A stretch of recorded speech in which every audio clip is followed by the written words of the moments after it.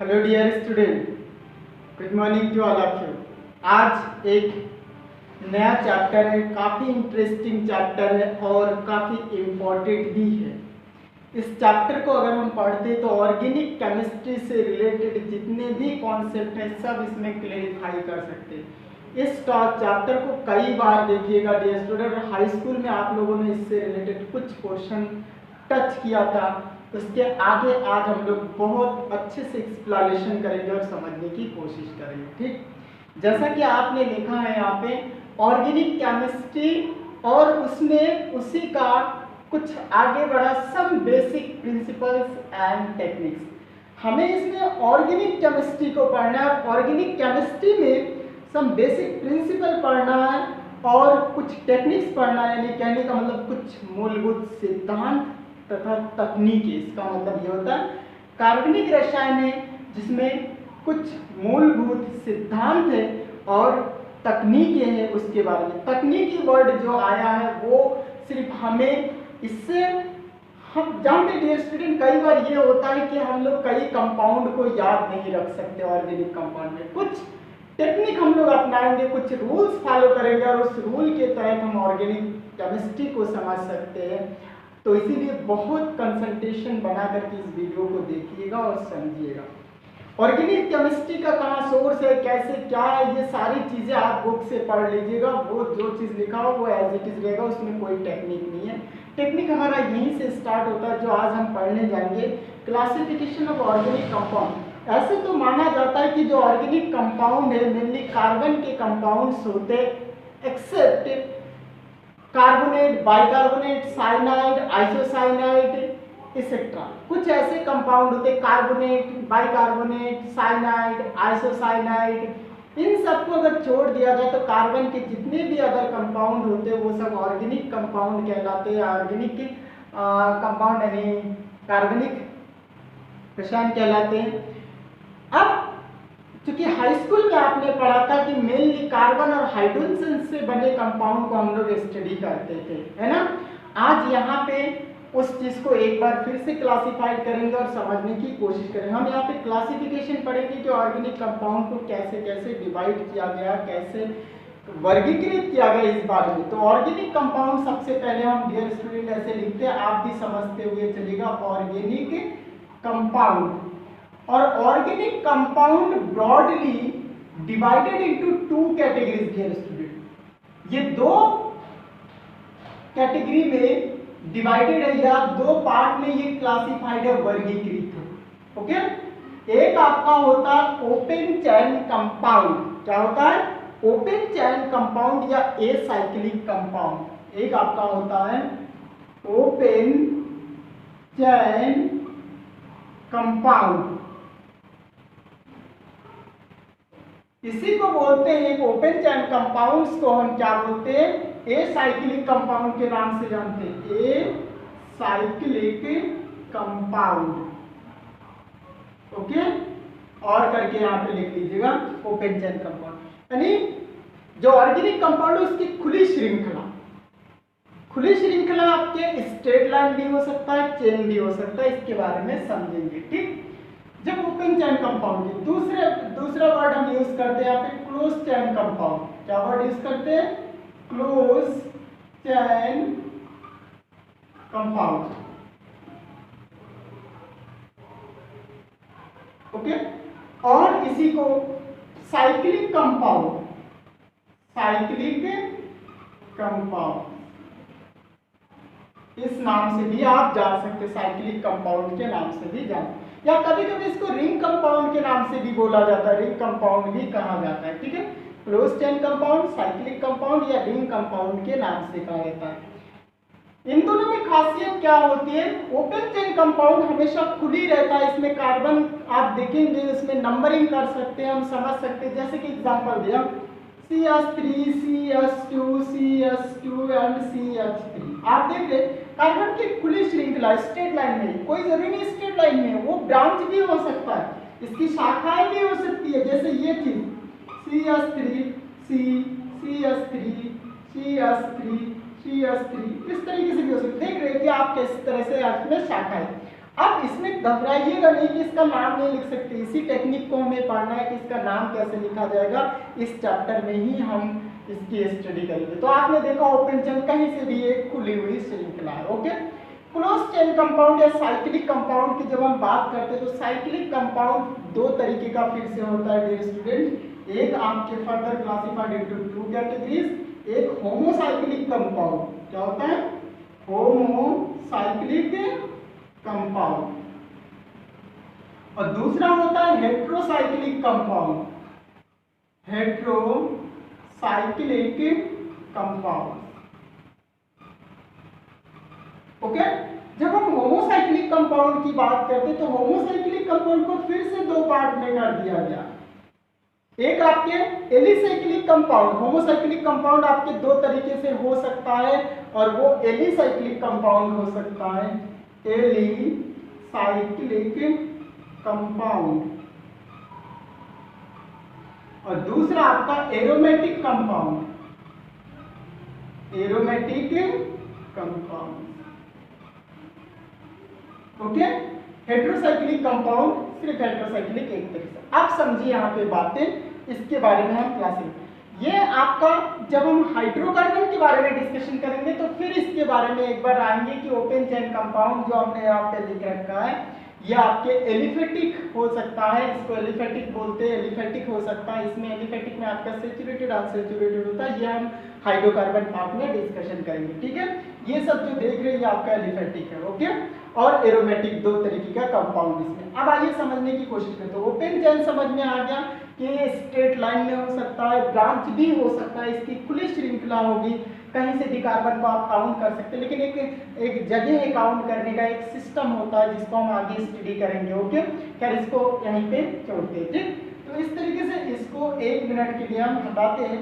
अब समझते हैं क्लोज चेन कंपाउंड, ये सभी दिशाओं से बंद होता है, इसमें कोई आपको इनिशियल स्टेट नहीं दिखेगा कि कार्बन का ये इनिशियल पॉइंट होगा, ये स्टार्टिंग पॉइंट होगा, ये फाइनल पॉइंट होगा, ऐसा कुछ नहीं, जैसा कि आपकी इसमें दिख रहे थे, इसमें इस तरह से कुछ नहीं दिखेगा। ठीक है, अब ये होमोसाइक्लिक, होमो का मतलब होता है सेम, समचक्रीय, होमो का मतलब होता है समचक्रीय। यहाँ पे इसका अर्थ समझ में आ जाए dear student, homo is equal to होता है सेम, और साइक्लिक का मतलब साइकिल, क्लोज चेन, और कंपाउंड का मतलब यौगिक। अब यहाँ पे होमो का मतलब समचक्रीय, इसको हिंदी में बोलते हैं समचक्रीय। ठीक है, हिंदी में मत जाइएगा, बस समझने की कोशिश करिएगा, अगर आपको मीनिंग समझ में आ गया तो कहीं भी आपको भूलने की जरूरत नहीं है।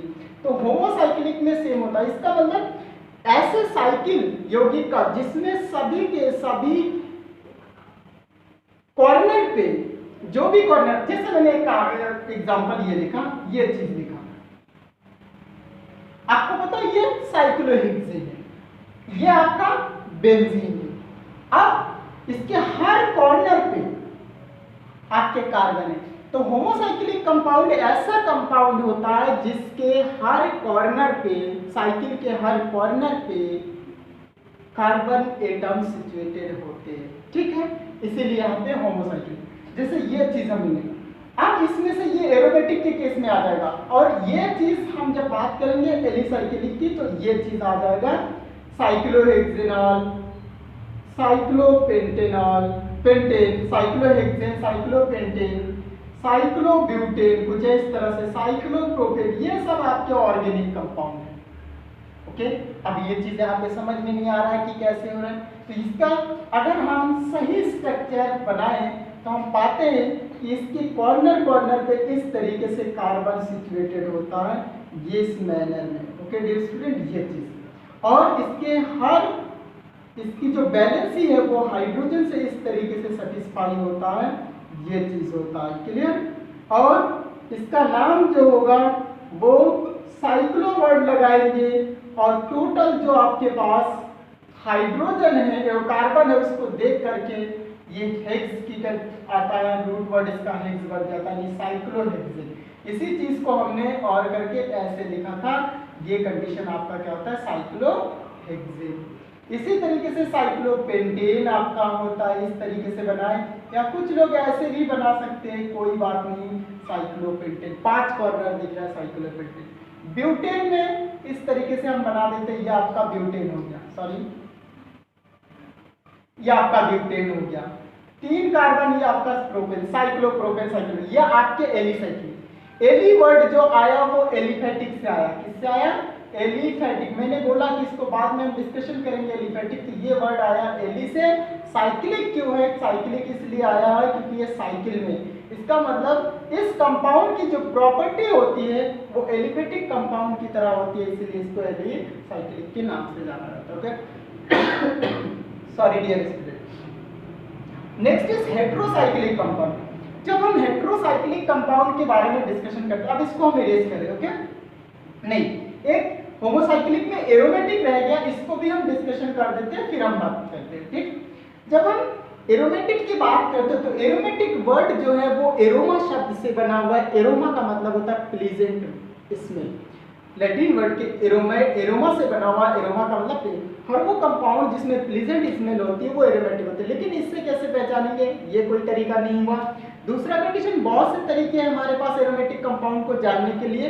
तो जब हम हाइड्रोकार्बन का पार्ट पढ़ेंगे उसमें आपको एरोमेटिक जब बात करेंगे उस समय हम बात करेंगे कि क्या कौन से तरीके हैं एरोमेटिसिटी का, एरोमेटिक कंपाउंड होने का, उसके बारे में। क्या फिलहाल के लिए यहाँ पे हम जान लेते हैं बेंजीन और बेंजीन के जो डेरिवेटिव्स होते हैं वो हमारा एरोमेटिक कंपाउंड होता है। बेंजीन और बेंजीन के डेरिवेटिव्स। बेंजीन क्या होता है?